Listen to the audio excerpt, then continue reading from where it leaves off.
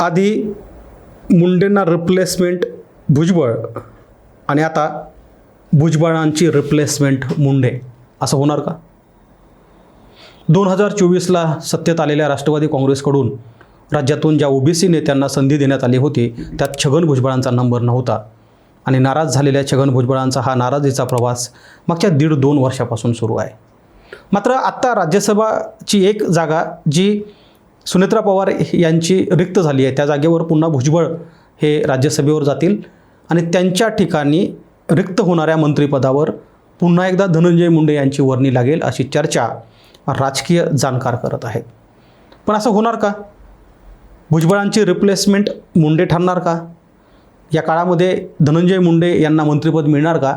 या सगळ्या प्रश्नाची उत्तरं येणाऱ्या काळात मिळणार असले तर एक चर्चा जोर धरू लागली आहे की आता छगन भुजबळांना दिल्ली खुणावू लागली आहे. काय होतं आहे राज्याच्या राजकारणामध्ये? खरंच भुजबळ दिल्लीत जातील का आणि भुजबळांच्या ठिकाणी धनंजय मुंडे मंत्री होतील का? या संदर्भात बोलण्यासाठी मी तुमच्यासमोर आहे. नमस्कार, मी गोविंद शेळके आणि तुम्ही बघताय कट टू कट. खरं तर राज्याच्या राजकारणामध्ये मागच्या काही दिवसापासून अशी काही अभूतपूर्व परिस्थिती निर्माण झाली आहे की राजकीय जाणकार, पक्षातील ज्येष्ठ नेते ज्या शंका व्यक्त करतायत राजकारणाबद्दल तसं घडताना पाहायला मिळत नाही. ऐनवेळी धक्कादायक निकाल, धक्कादायक व्यक्ती, धक्कादायक उमेदवार याची आता आपल्याला सुद्धा सवय झालेली आहे. पण सुनेत्रा पवार या ज्यावेळी पोटनिवडणुकीमधून बारामतीमधून निवडून गेल्यात त्या अर्थाने त्यांची जी जागा आहे, जिचा कार्यकाळ जुलै महिन्यापर्यंत आहे 2028च्या, ती खासदारकीची जागा आता रिक्त झाली आहे आणि तिथे राज्यसभेवर पुन्हा कुणाचा नंबर लागणार याविषयी फार चर्चा जरी होत असली तरी त्या चर्चेमध्ये फारशी नावं स्पर्धेमध्ये नाही आहेत. एकाच नावाभोवती ही सगळी स्पर्धा होती आहे आणि ती स्पर्धा होती आहे ती छगन भुजबळ या नावासंदर्भात. खरं तर छगन भुजबळ यांना खासदार कधी व्हायचं होतं तर छगन भुजबळ यांना खासदार 2024च्या लोकसभा निवडणुकीतच व्हायचं होतं. स्वतः छगन भुजबळांनी या संदर्भात सांगितलं आहे की 2024ला भारतीय जनता पार्टीकडून अमित शहा यांनी त्यांना तशा सूचना दिल्या होत्या की तुम्ही लोकसभा निवडणूक लढवा. मात्र त्यावेळेसची राज्यातली जी परिस्थिती होती ती अभूतपूर्व अशी होती आणि म्हणून ओबीसी विरुद्ध मराठा हा जो काही संघर्ष राज्यामध्ये पेटला होता त्या दरम्यान छगन भुजबळांनी तसा काही निर्णय घेतला नाही आणि म्हणून लोकसभेला त्यांना उभा राहता आलं नाही. ते विधानसभेला उभा टाकले आणि विधानसभाला उभा टाकल्यानंतर येवला विधानसभा मतदारसंघातून ते चांगल्या मताने निवडून आले आणि नंतर मात्र त्यांना राष्ट्रवादी काँग्रेस अजित पवार गटाकडनं मंत्री होता आलं नाही. खरं तर ज्येष्ठ नेते होते, उपमुख्यमंत्री, गृहमंत्री, मुंबईसारख्या शहराचे महापौर राहिलेले छगन भुजबळ शिवसेनेतून बंड करून राष्ट्रवादीत आले. राष्ट्रवादीमध्ये ओबीसी नेता म्हणून त्यांची एक मोठी प्रतिमा राज्यभर राष्ट्रवादी काँग्रेसने वापरली. त्याच छगन भुजबळांना मात्र 2024ला ज्यावेळी एकनाथ शिंदे, भारतीय जनता पार्टी आणि अजित पवारांची राष्ट्रवादी सत्तेत आली त्यावेळेस मात्र त्यांना मंत्रिमंडळात स्थान मिळू शकलं नाही. खरं तर त्या काळामध्ये अनेक वेळा अशी चर्चा होत होती, अफवा पसरवल्या जात होत्या.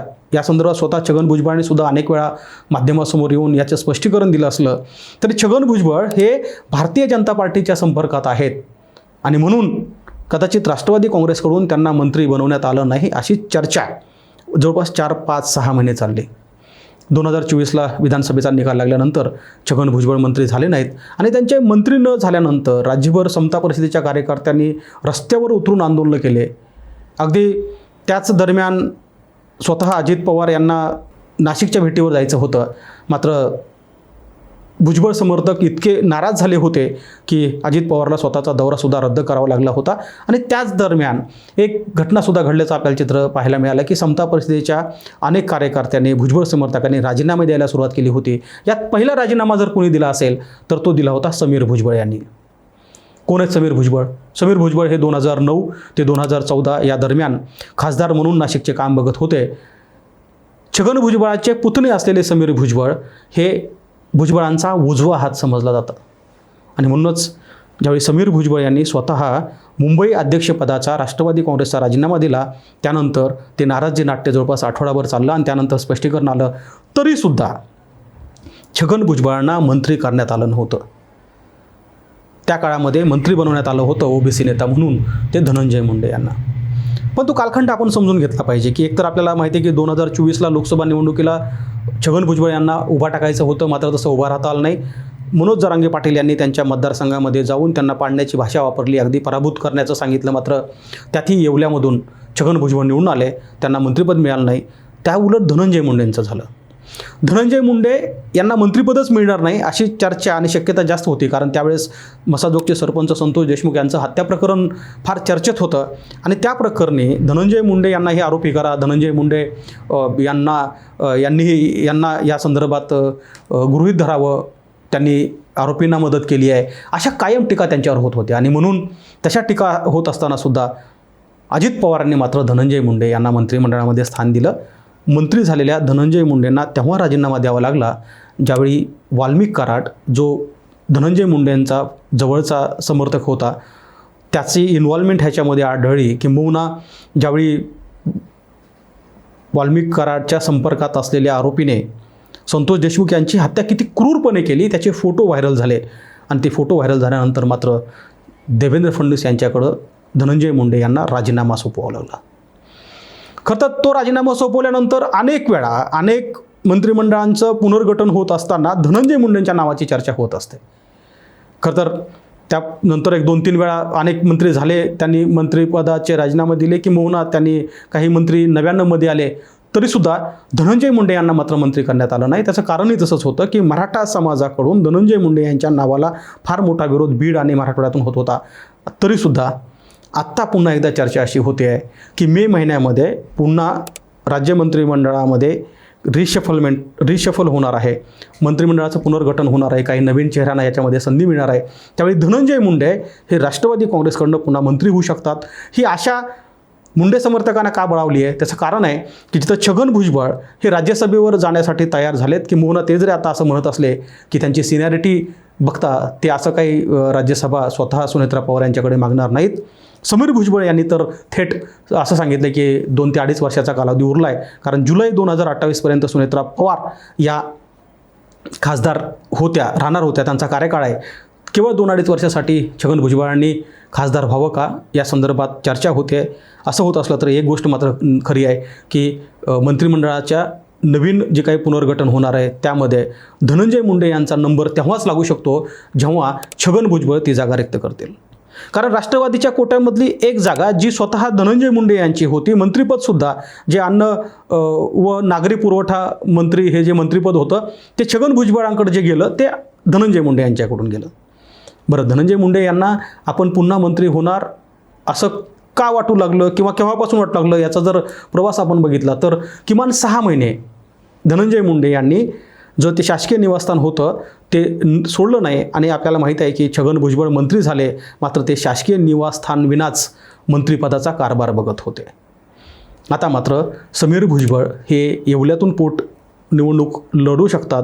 जर छगन भुजबळ यांनी राज्यसभेची उमेदवारी स्वीकारली तर त्यांच्या ठिकाणी जी काही येवल्याची जागा रिक्त होणार आहे त्या येवल्याच्या जागेवर समीर भुजबळ काम बघू शकतात अशी चर्चा नाशिक आणि परिसरामध्ये मोठ्या प्रमाणात आहे.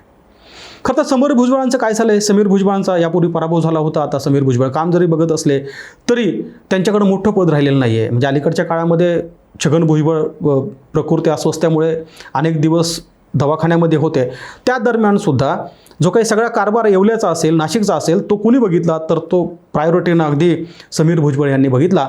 आणि म्हणून शक्यता अशी वर्तवली जाते आहे की जर छगन भुजबळांनी राज्यसभेची ही खासदारकी स्वीकारली तर त्यांच्या ठिकाणी रिक्त झालेल्या जागेवरती समीर भुजबळ हे पोटनिवडणूक लढू शकतात आणि ते येवल्याचं नेतृत्व करू शकतात. एक मात्र खरं आहे की राजकारण हे शक्यतेवर आधारलेलं असतं. त्यामुळं नेमकं काय होणार काय नाही हे जर पक्षांच्या वरिष्ठ नेत्याला माहीत असलं तर छगन भुजबळसारखा एक असा नेता ज्याने यापूर्वी ओबीसी लोकांचं, अगदी ओबीसी मतदारांचं, राज्याचं किंबहुना देशामध्ये अनेक घटनामध्ये महाराष्ट्र राज्याचे सगळ्यात ओबीसी नेते मोठे कोण असा जर प्रश्न विचारला तर त्याचं उत्तर कदाचित छगन भुजबळ असू शकतं. मात्र त्याच छगन भुजबळला राष्ट्रवादी काँग्रेसने मागच्या काही दिवसापासून साईडला करण्याचा प्रयत्न केला होता. तेच भुजबळ पुन्हा राज्यसभेत जाणार का अशी चर्चा होते की भुजबळ हे राष्ट्रवादीपेक्षा भारतीय जनता पार्टीच्या नेत्यांच्या संपर्कात जास्त असतात. माहीत नाही, मागच्या 1.5-2 वर्षाचा कालावधी निघून गेला आहे, त्यामुळे तशीही शक्यता वाटत नाही. एक मात्र खरं आहे की अजित पवार राष्ट्रवादी काँग्रेसचे सूत्र सांभाळत असताना त्यांच्या मृत्यूपूर्वी अनेक वेळा लोक अशी चर्चा करायची की अजित पवारांसोबत बोलत असताना की छगन भुजबळ हे भविष्यामध्ये राज्यसभेच्या कोट्यातून राज्यपाल होतील आणि म्हणून छगन भुजबळांना दिल्लीला पाठवण्यासाठीचे प्रयत्न राष्ट्रवादी काँग्रेसकडून चालले होते. अर्थात यात काय सत्य काय असत्य ती चर्चा किती खरी खोटी माहीत नाही. मात्र एक गोष्ट खरी आहे की 2.5 वर्षासाठी का असत नाही छगन भुजबळांना संधी आली आहे दिल्लीला जाण्याची. आता ती संधी छगन भुजबळ घेतील का? परत एकदा मंत्रिपदी विराजमान झाल्यानंतर राज्याच्या मंत्रिमंडळातला राष्ट्रवादी काँग्रेसचा ज्येष्ठ नेता म्हणून त्या खुर्चीत बसणं पसंत करतील हे पाहणं महत्त्वाचं आहे. एक मात्र खरं आहे की धनंजय मुंडे यांच्या मंत्रिपदासंदर्भामध्ये अनेक वेळा बीड जिल्ह्यातून आणि मराठवाड्यातून विरोध होताना पाहायला मिळत आहे. अशा परिस्थितीमध्ये राष्ट्रवादी काँग्रेस आता आग्रही आहे की धनंजय मुंडे यांना त्यांचं मंत्रिपद दिलं पाहिजे. पण ते मंत्रिपद तेव्हाच मिळेल जेव्हा छगन भुजबळ हे दिल्लीला जातील. अर्थात आपल्याला वाट बघावी लागेल की खरंच छगन भुजबळ हे दिल्लीला जातील का आणि धनंजय मुंडे हे महाराष्ट्राच्या मंत्रिमंडळामध्ये पुनरागमन करतील का हे पाहण्यासाठी मात्र आपल्याला पुढच्या काही काळ वाट नक्कीच बघावी लागेल. धन्यवाद.